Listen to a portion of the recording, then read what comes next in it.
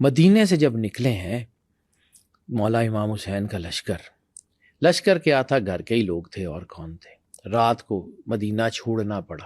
امام حسین علیہ السلام کی حالت یہ ہے کہ آپ سب سے پہلے روضہ رسول پہ گئے، رسالت مآب سرور انبیاء صلی اللہ علیہ وآلہ وسلم کی تربت مقدس سے لپٹ کے روتے ہوئے کہتے ہیں کہ یا رسول اللہ، آپ نے جو کام کرنے کا حکم دیا تھا اس کو کرنے کا وقت آ گیا، میں مدینہ چھوڑ کے جا رہا ہوں۔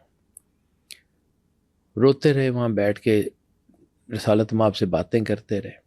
وہاں سے نکلے تو تاریخ میں یہ لکھا ہوا ہے، بہت سارے لوگوں نے، جلال الدین سیوطی نے، محمد بن جریر طبری نے، بہت ساری تاریخوں میں ہے کہ امام حسین جب روضہ رسول سے نکلے نا 28 رجب کی رات کو، تو 28 رجب کو جب مدینے سے نکلے ہیں تو روضہ رسول سے نکل کے دوڑتے ہوئے بقیع میں گئے ہیں، ایسے جیسے بچہ اپنی ماں کے پاس جیسے وہ جاتا ہے تو دوڑتے ہوئے پاک بی بی سیدہ سلام اللہ علیہ کی تربت پہ گئے ہیں، اور بی بی پاک کی تربت سے لپٹ کے آپ نے جو ہے نا وہ گریہ کیا ہے اور کہا ہے کہ ماں میں کبھی بھی آپ کی تربت سے دور نہ جاتا، لیکن مجھے مجبور کر دیا گیا ہے کہ میں یہ مدینہ چھوڑ دوں۔ امام حسین علیہ السلام آدھی رات کو وہاں سے نکلتے ہیں اپنے بچوں کو سب کو ساتھ لے کے، اور عازم سفر ہے مکہ۔ اب سارے لوگ یہ بتاتے ہیں کہ مکہ میں گئے تو مکہ میں کہاں ٹھہرے؟ امام نے مکہ شہر میں قیام نہیں کیا، امام کا قیام ہے مکہ میں، اسی شب ابی طالب میں جہاں سرور انبیاء صلی اللہ علیہ وآلہ وسلم نے قیام فرمایا تھا 3.5 سال ہجرت سے پہلے۔ اسی شب ابی طالب میں جا کے امام حسین علیہ السلام نے خیمے لگائے ہیں، اور اسی شب ابی طالب میں 4 مہینے کا قیام ہے، اور وہاں سے 8 ذی الحج کو اپنے حج کا ارادہ ترک کر کے، حج کو عمرے سے تبدیل کر کے وہ نکلے ہیں۔ یہاں ایک جملہ صرف ایک جملہ، مولانا مودودی سے کسی نے پوچھا جب سارے صحابہ نے یزید کی بیعت کر لی تھی تو امام حسین نے کیوں نہیں کی؟ تو مولانا مودودی کا جو جملہ ہے نا، جو آج بھی خلافت و ملوکیت میں بھی موجود ہے، اور انہوں نے بہت ساری کتابوں میں لکھا ہوا، انہوں نے کہا کہ میں اس سوال کو تھوڑا سا بدل نہ دوں جو تم نے سوال کیا کہ جب امام حسین نے بیعت نہیں کی تھی تو صحابہ کرام نے کیوں کی تھی؟ اس وقت بہت سارے جید صحابہ کرام نے روکا امام حسین کو کہ آپ مکے میں ٹھہر جائیے، ہم آپ کی نصرت کرتے ہیں، لیکن وجہ کیا تھی؟ امام حسین علیہ السلام نے 8 ذی الحج کو جو خطبہ دیا ہے نا، اس میں آپ نے بتایا کہ کیا ہوا۔ آپ نے کہا کہ میں دیکھ رہا ہوں کہ حاجیوں کے بھیس میں میرے قاتل یہاں آ چکے ہیں، میں اپنے قاتلوں کو کعبہ کے پردوں کے پیچھے چھپنے نہیں دوں گا، مجھے جو کام رسول اللہ صلی اللہ وہی جب یہ صحابہ کرام نے روکا نا، حضرت عبداللہ ابن عباس نے، جناب عبداللہ ابن زبیر نے، جناب عبداللہ ابن عمر نے امام حسین علیہ السلام کے پاس آئے کہ مولا حسین اب نہ جائیے، آپ مکے میں ٹھہریے، ہم یہاں پہ کھڑے ہوتے ہیں، یہاں قیام کرتے ہیں، آپ کی مدد کریں گے، نصرت کریں گے۔ ہم نے کہا نہیں، اس کام کے کرنے کا حکم مجھے رسول اللہ نے دیا ہے۔ اب ان کو تو یہ پتہ تھا، ایک ایک بچے کو پتہ تھا کہ میں نے کب کیسے شہید ہونا ہے۔ امام حسین علیہ السلام کے ساتھ کون کون روانہ ہوا تھا؟ ان کی فیملی کے لوگ تھے بیٹے، بیبیاں تھیں، بچے تھے، گھر والے تھے۔ بیٹا جنگ کرنے تو امام حسین گئے ہی نہیں تھے، جنگ کرنے کے لیے لشکر بنایا جاتا ہے، جنگ کرنے کے لیے حاجی اتنے تھے۔ وہاں امام حسین علیہ السلام اگر قیام کا اعلان کرتے تو کیا حج کے دنوں میں وہاں فوج اکٹھی نہیں کی جا سکتی تھی؟ لیکن کعبے کی حرمت، امام حسین علیہ السلام کعبے کی حرمت پامال نہیں ہونے دے سکتے تھے۔ ان کہہ رہے تھے کہ میں اپنے خون سے اس کعبے کی حرمت کو پامال نہیں ہونے دوں گا۔ اس کعبے کے لیے ہی تو سارا کچھ ہوا تھا، اسی کعبے کو۔ یہ کعبہ میں نے آپ کو جب یہ آپ کو پوڈ کاسٹ کی تھی تو یہ کعبہ کیوں ہے؟ رسالت مآب سرور انبیاء صلی اللہ علیہ وآلہ وسلم نے جو ہے وہ قبلہ بدلا تھا نا، وہ آیات قرآن پاک کی یہ کہتی ہیں نا کہ آپ کعبے کو، اپنے قبلے کو اس طرف شفٹ کر لیں جس طرف آپ چاہتے ہیں۔ تو سرور انبیاء سرکار ختمی مرتبت بادشاہ کونین کی ول کے اوپر ہی جو ہے نا وہ یہ بدلا تھا نا، تو کعبے کی حرمت کیسے پامال ہونے دے سکتے تھے جو ابن رسول ہوں؟ اس کعبے کی حرمت کی وجہ سے آپ نے کہا تھا میں یہاں سے جا رہا ہوں، تو آپ نے وہاں سے جو ہے پھر سفر شروع کیا کوفے کا۔ کوفے والوں نے خط ضرور لکھے تھے، لیکن کوفے والوں کی نیچر کا مولا امام حسین علیہ السلام سے زیادہ کوئی نہیں جانتا تھا۔ یعنی یہ کوفے والے ہی تھے نا جن کی وجہ سے مولا امام علی علیہ السلام کی شہادت ہوئی۔ اہل کوفہ کی کیا ایکسپیکٹیشن تھی امام حسین علیہ السلام سے؟ اہل کوفہ یہی چاہتے تھے نا کہ مطلب امام حسین آئیں، حکومت بنائیں اور ہمیں جو ہے حکومت کا حصہ مل جائے۔ یعنی دو بندے ہیں، میں پھر کہتا ہوں، میں واقعات چونکہ ضمناً مجھے بیان کرنے ہیں، سیکوینس تو سفر کا میں بتا رہا ہوں، لیکن میرے واقعات ضمناً بھی بیان کر رہے ہیں۔ دو بندے ہیں، ٹھیک ہے، عبداللہ ابن متی اور زہیر ابن کین، دو بندوں کا کردار ہے۔ ایک کربلا کا شہید ہے اور ایک کربلا سے بھاگ گیا تھا، کہ کربلا کے راستے سے ہی بھاگ گیا تھا۔ دو بندے ہیں۔ عبداللہ ابن متی وہ ہے جو امام حسین علیہ السلام کی خدمت گزاری کا، محبت کا دن رات دم بھرتا ہے، دن رات امام کے پاس آتا ہے، دن رات امام کی خدمت کرتا ہے۔ کبھی کچھ چاہیے ہوتا ہے، کبھی مالک دعا کر دیں یہ کر لیں، کبھی مالک دعا کر دیں یہ کر لیں۔ عبداللہ ابن متی، اور ایک ہیں زہیر ابن کین جو امام حسین کے ساتھ جن کا تعلق ہی نہیں ہے، وہ امام حسین علیہ السلام کے ساتھ کوئی بظاہر ان کی کوئی دوستی بھی نہیں ہے، کوئی ایسا تعلق بھی نہیں۔ کوفے سے جو ہے وہ جب خبر آتی ہے اور جناب مسلم ابن اوسجہ آ کے ملتے ہیں۔ اب کوفے میں جب جناب مسلم کی شہادت ہوتی ہے، یہ جناب مسلم کی شہادت کو سمجھیے گا، جناب مسلم کی شہادت کوئی عام سی شہادت نہیں ہے، یہ بیسیکلی جناب مسلم کی شہادت سے آغاز ہو گیا تھا مولا امام حسین علیہ السلام کی شہادت کا۔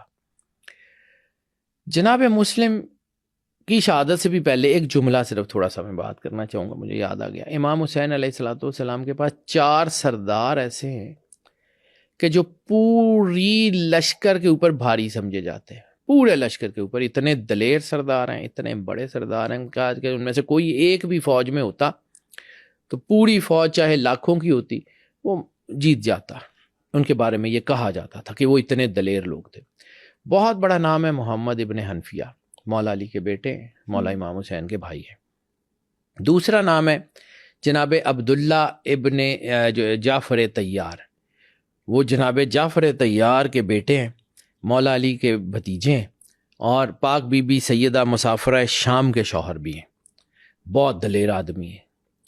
تیسرا نام ہے جناب مسلم ابن عقیل، وہ اکیلے اتنے بڑے سردار ہیں، اتنے بڑے جنگجو ہیں کہ وہ بڑی بڑی فوج کے اوپر بھاری ہیں۔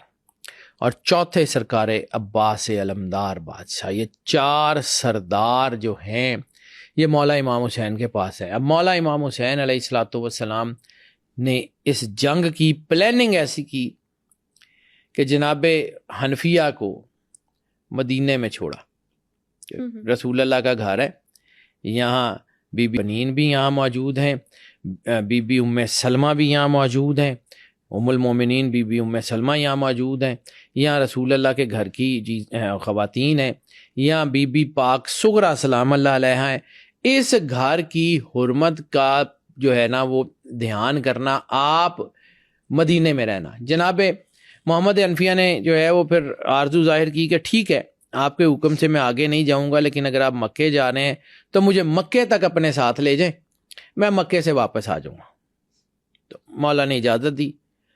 ادھر سے جناب عبداللہ ابن جعفر طیار تجارت کی غرض سے گئے ہوئے، وہ آ کے آپ کو جو ہے نا وہ مکے میں ملتے ہیں، اور جناب عبداللہ ابن جعفر طیار کو آپ کہتے ہیں کہ رسول اللہ صلی اللہ علیہ وسلم کا وہ مشن، وہ تبلیغ کا مشن، اور اس وقت بہت تاریکی کا دور ہے، میں تمہیں مقرر کرتا ہوں کہ رسول اللہ کے اس مشن کو تم آگے بڑھاؤ گے۔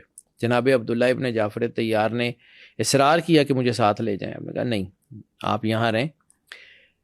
پھر انہوں نے اپنے 2 بیٹے جناب محمد اور جناب اون، یہ دونوں کی بازو پکڑی اور پاک بی بی شریکت الحسین کے پاس آئے کہ اگر وقت آئے، مجھے لگتا ہے کہ یہ وہی وقت ہے جس کا وعدہ رسول اللہ صلی اللہ علیہ وآلہ وسلم نے کیا تھا، اگر وقت آئے تو ایک بیٹے کو اپنی طرف سے اور ایک بیٹے کو میری طرف سے مولا حسین پہ قربان کر دینا۔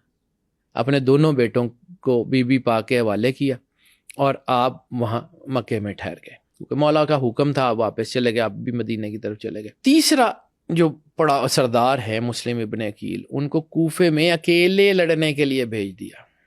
پتہ تھا کوفیوں کی نیچر کا، پتہ تھا یہ کوفی وفا نہیں کریں گے۔ امام جو ہے اس کو پتہ ہوتا ہے وہ کون ہے۔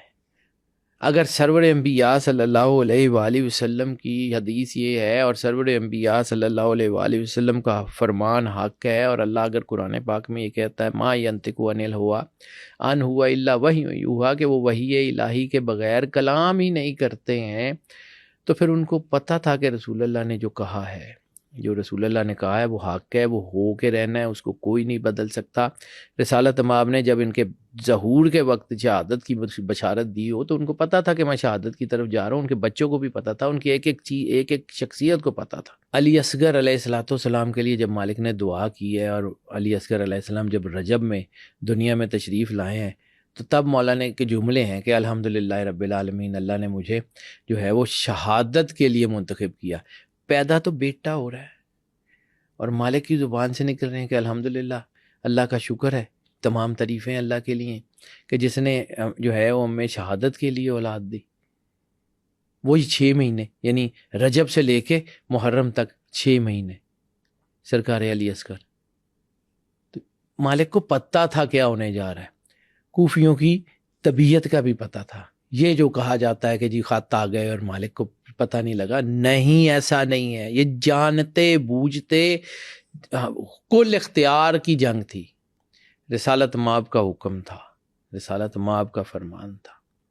28 رجب کی رات جب امام حسین علیہ السلام میں ذکر کروں تو ایک واقعہ اور ذہن میں آ گیا، کیونکہ یہ بیٹا کربلا کے واقعات ایسے ہیں جیسے سمندر ہے، کہیں سے بھی امام حسین علیہ السلام جو ہیں وہ رسول اللہ صلی اللہ علیہ وسلم کے روضے کے اوپر سر رکھ کے گریہ کر رہے ہیں، رو رہے ہیں۔ اسی اثناء میں جو ہے وہ آنکھ لگتی ہے، آپ نے خواب میں دیکھا کہ ایک صحرا ہے اور جنگلی درندے ان کے جسم کو نوچ رہے ہیں۔ آنکھ کھلی اور پاک بی بی شریکت الحسین، بی بی پاک زینب کبریٰ سلام اللہ علیہا کے پاس آئے اور آ کے کہا کہ بہن، وہ وقت آ گیا جس کا رسول اللہ نے وعدہ کیا تھا، میں نے ابھی ابھی خواب میں دیکھا ہے کہ صحرا کے درندے میرے جسم کو نوچ رہے ہیں۔ امام حسین مکے پہنچے، مکے سے آپ نے جو ہے وہ آگے بڑھے تو مقام بیزا کے اوپر آپ کو جناب مسلم کی شہادت کی خبر ملی، اور جناب مسلم کی شہادت بھی بڑی دردناک ہے، بہت دردناک ہے بیٹا۔